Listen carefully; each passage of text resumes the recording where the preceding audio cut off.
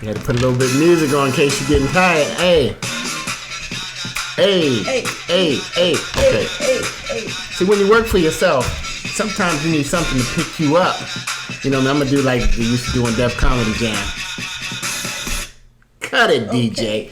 Anyway, welcome back. This is the second annual Black Business Matters Expo. Women who win. We getting into it. It is. We're in it all the way. Listen, you can, if you gotta go. We're recording it. That's right. You can come back and see it, pick it up, because it's gonna be a nugget that's gonna change your life today. Something said today is gonna take your business to the next level. It's gonna take you personally to the next level. It's gonna move you from thinking about it to being about it to doing it to manifesting. All right. Who's hungry? I'm hungry. Listen, we need to zoom in on. We got a chef we're hanging out with, just waiting. Let's go over what do we have cooking in the Afro kitchen? In the kitchen. Well, our executive director. I'm hungry. I'm sorry. Go ahead. Lenora Housey and Chef Q from the Creole Soul Restaurant and Food Truck are cooking in the kitchen.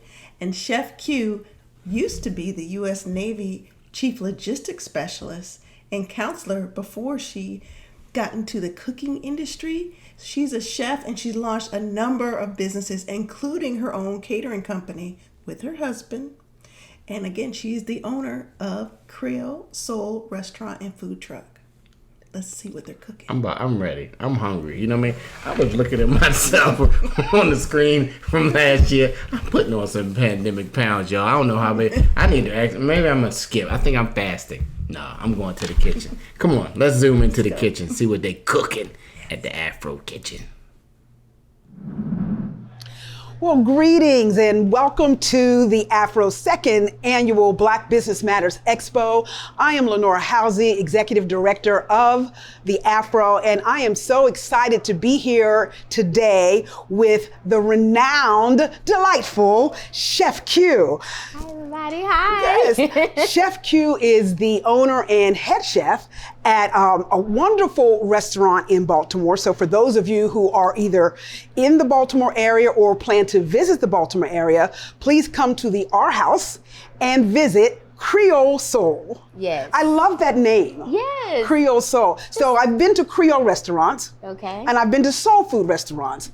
What makes a dish both Creole and soul? Oh man. So just a little bit of history about our family. Yes. We come from New Orleans, Atlanta, North Carolina. So it's just a healthy mixture of the South. And of course, you know, New Orleans cuisine is kind of got that French inspiration behind it. So that's what kind of made the Creole and then just the Southern feel and twang to it. Yeah. So, yeah. Some of the best and most eating I've ever done in my life has been in New Orleans. Oh, I guess, yes. or New Orleans. I'll Yes. pronounce it correctly. Nolans. Yeah, It's Nolans. That's Yes. really the way to pronounce it. So tell our audience a little bit about how you got your start, because I know you served in the military, you and your husband, so thank you for your service. Oh, thank you for your support. But how did you go from being, was it a logistics officer? Yes, so actually To this? Oh, well, yeah, it was a lot. So yes, so I served 25 years in the Navy. I just currently retired July 2021. My fiance did as well, so he did 24 years as well. Wow. And so we found our way to Maryland just based off of just being in the military, being stationed in Andrews Air Force Base, and then so once we retired, it was like, hey, you know, let's just venture into the restaurant business. I had traveled abroad, been in the military, studied with different chefs and everything like that, and just decided to put my culinary skills to work. So yes, I was 25 years active duty Navy. I was logistics specialist, basically an accountant in the Navy, and I ended up with food. Wow. So Wow. I see the connection. yeah, right. So it's like the money part of it, and it's the food That's part. right. Got And you. then traveling around and getting the influences from all the different places. Absolutely. That you were Absolutely, stationed. especially in France. France is the best. Milan is, if anybody ever gets a chance to travel abroad, if you really want to get that inspiration from Creole, definitely visit Milan. Okay, you heard from the best. So we're talking about women who win and highlighting those women who have achieved success in their given field or industry. And obviously you are a woman who is winning. But tell us about the winning women who inspired you. There's so many to name, but I will tell you that the most inspirational woman is obviously this woman that's sitting on the counter right here, and this is my mom, the late Miss Mamie Barnett. She's just been an inspiration in my life. She taught me everything that I know about cooking. She gave me my deep roots, what it means to be a true Southern woman, and and she hit my hand a lot with a wooden spoon when I didn't get it right. So I had to learn quick. So. That wooden spoon, that's yes. right. And then obviously, and then obviously this is my fiance's mom. She was very inspiring. Although I didn't get a chance to meet her, she through Diedrich and his siblings, I just learned so much about her and just her story in itself. She's a true woman that was winning, and I just love her story, so I'm gonna always honor her as well. That's right. And that, again, that's what today is about, honoring women who win. And again, you are winning with a lot of winning, delightful things on your menu. When people come to visit Creole Soul here at the R House in Baltimore, what should they expect? What are some of the dishes that are highlighted on the menu? One of the things is that we are going to, so what we're making today, which is the seafood, or should I say the kitchen sink gumbo. We have our amazing shrimp and grits that was inspired by my mom. We have our awesome icebox banana pudding that was inspired by Diedrich's mom, and it's just it's just a whole medley of things. I'm telling you, you can go wrong with nothing on the menu. I promise you, even down to the beignets. We got beignets, girl. Oh no, we got beignets. Right here in Baltimore. Here in Baltimore. Don't even have to board that flight to New Orleans. You sure don't. Don't worry about it. All right. Well, watching our waistlines in the background, we're going to make something absolutely delightful today. So tell us what we're making and how we can do it, and perhaps how those of you can do it at home, or at least give it a try. Well, yes, it's definitely doable. It took me a while to get everything down packed, and again, like I said, I was popped on the hand until I got it right. So today, folks, we are making a seafood gumbo. Well, I should say a kitchen sink gumbo because I add chicken in mine. So, and just a little bit about the gumbo. So a lot of people don't know that the word gumbo actually means okra, and it's a derivative from West Africa. So the West African name for gumbo is Ki, and I hope, please, my West African friends, don't get on me. It's Ki Ngombo. So that is the name and how it's pronounced. And so gumbo is actually a trifecta of cultural influences. So you have Native American, which they bring the gumbo filet, and that's grounded sassafras. And then you have the West African part of it, which they add okra to their stews. And then you also have the French, which they make the roux. So when you add all of those elements together, then you get this amazing gumbo. So listen, not only are we going to get really good food, we got a history lesson. I love that. That is wonderful to learn. So I'll never say gumbo in a way that I have before without recognizing its roots. Thank you for that. Absolutely. No problem. I believe that you should, whatever you're eating, get an education behind it. All food ain't good food, so. Say that again. Okay. All right. So what we have for you today is some of the ingredients.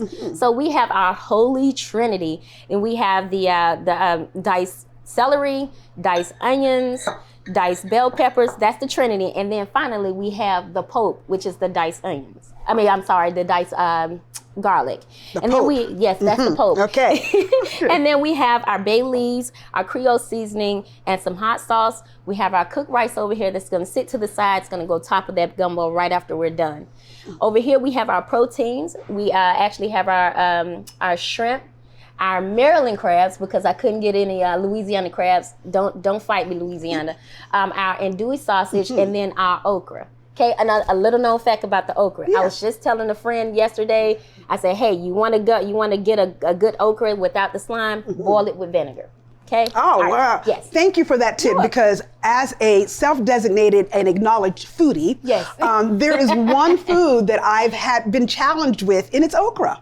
Really? Yes, it just doesn't seem to suit me. But I like that tip. Yes, absolutely. I like that tip. Boil it Maybe with vinegar. that'll be the side. And the Creole seasoning, is that house?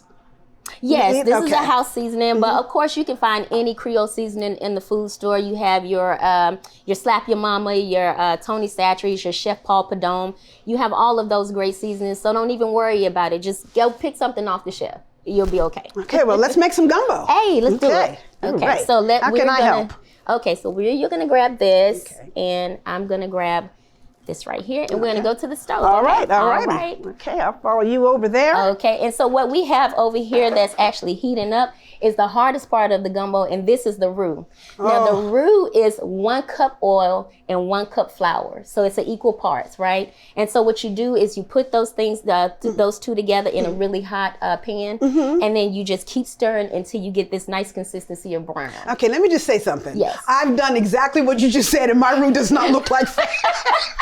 Well, see, But I'm that's gonna the go with science you. behind it. Okay, So okay. that's the science behind it. And a lot of, if you get light skin roux, you ain't eating gumbo, girl. Okay, so we're yeah, going you for have to- brown skin roux here. Yeah, okay? you got All to right. get like it's got to be, dark, like a dark chocolate. Listen, and everything I like that. it. So what you're gonna do is gonna take maybe about 20 to 30 minutes to make this roux, and then once it's all put together like we have in the pan, then we transfer it over to a pot.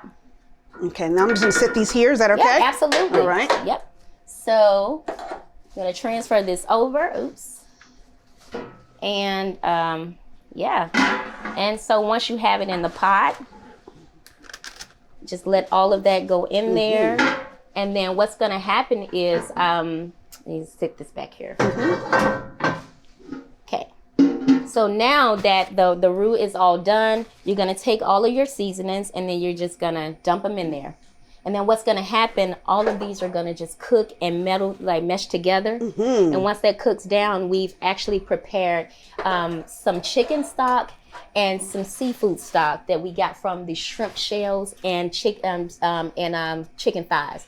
So anytime you're cooking chicken or want really good chicken stock, Right. use the thighs. Okay, so you've made the stock with the chicken thighs, the seafood. Did you say the shrimp shells? Yes, the shrimp shells. Okay. And the shrimp head. All right. Yes, so all of that makes a really good roux. Okay. Thank you, ma'am. Yeah, that's apparently where I've been going wrong. Yeah. Not use the shrimp We head are or the shrimp here. eyes or Listen. ears or anything. Listen, okay. this is why we are here. We are learning. And do you smell that? I mean, That it smells is. I amazing. wish our viewing audience could smell what I'm smelling. It is amazing. Yes. It's amazing. I'm ready to eat it already.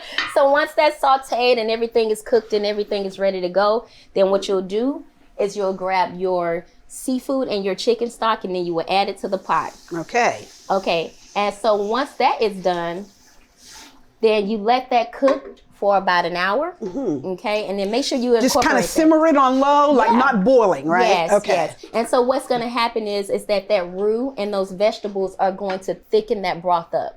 Okay. And so that's what you want to do. Now, you never add any seafood or anything until the end of it because you don't want your seafood overcooked. Okay.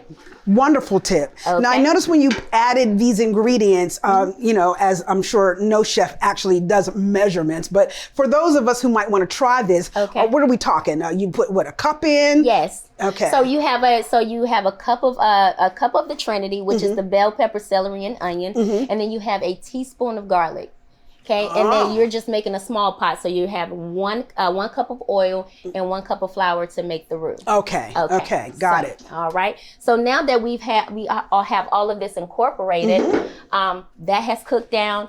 I actually have a pot already made Oh, of gumbo. Absolutely. And so this is how it actually looks. That is amazing looking. Oh my And goodness. So once everything is cooked down and all of the ingredients are added, you have your sausage in there, you have your chicken, and you have your crab. And the only thing that you're missing is rice and a mouth to eat this delicious food. Well, I've got the one thing.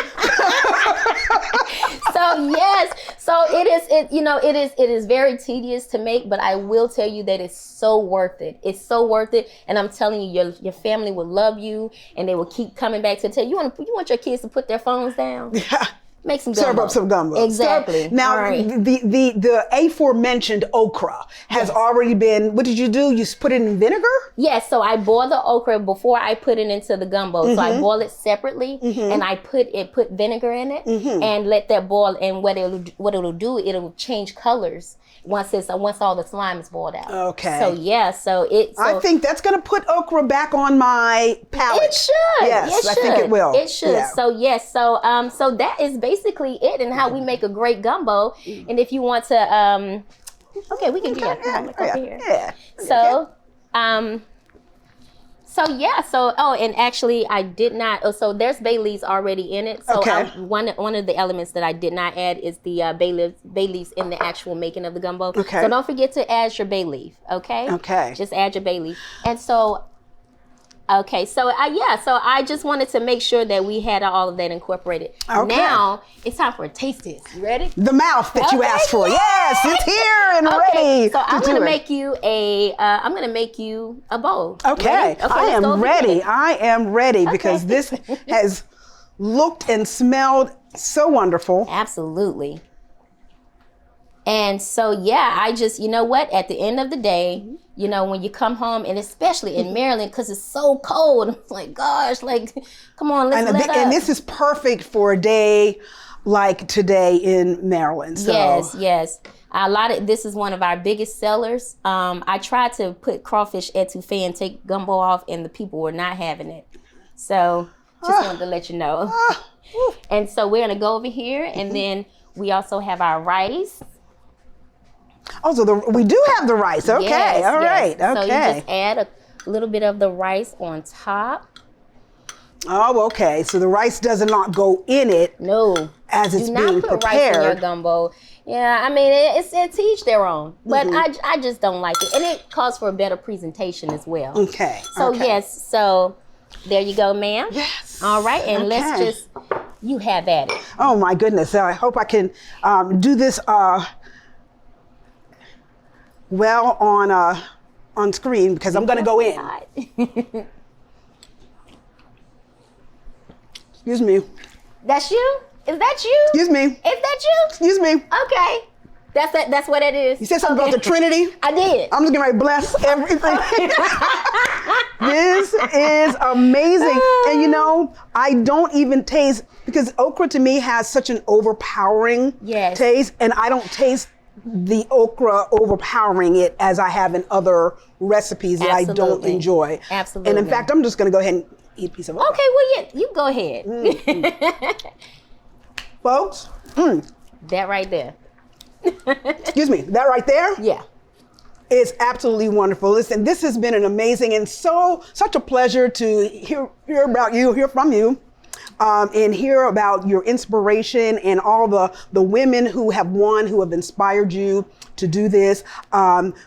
People, again, if you are in the Baltimore area, you have got to come here. This gumbo, that's all life. I have to say. Yes. Now listen, you may have your own family recipes or special things that you have cooked over the years that may have been passed down to you from a parent or a grandparent. You're going to have an opportunity to share those recipes with us in the Afro. I'm going to take this to Dana, and she will tell you a little bit more about the Afro's upcoming cookbook. Thank you, Afro. Thank you. Thanks, Lenora and Chef Q. I can't wait to try that recipe.